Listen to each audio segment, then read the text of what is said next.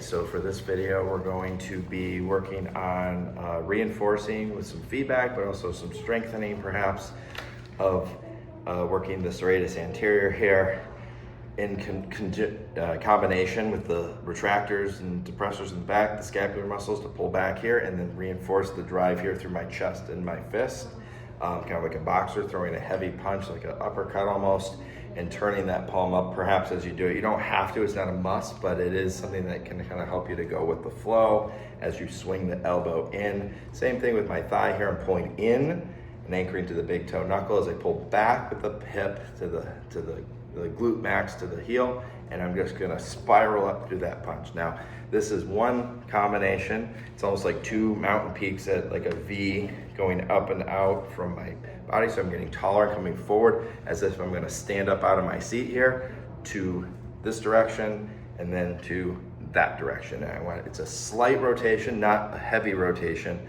more of a forward with the chest back in the rear with the hip and the heel to lift up, and you can start to even lift up out of your seat a little if you would like, but you want to feel that connection and that flow. Now we can do across the body, so I can crisscross.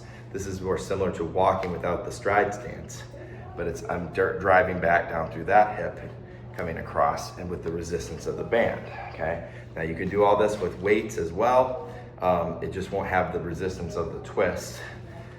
But it is more practical in the sense of like, we don't normally have a band pulling on us, so usually it's gravity that we're working against, or maybe our own tightness. You might feel some of that. And again, you can do this in standing. All the way down.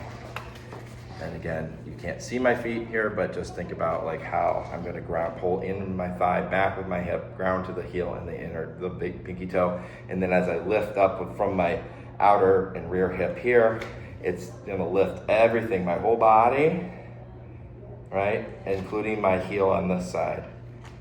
And I'm gonna drive here, shift drive here. I can go back and forth, or I can just repeat on the same side, or I can even come across with a little more rotation, a little bit of a pivoting here, similar to walking, or I can go in a stride stance.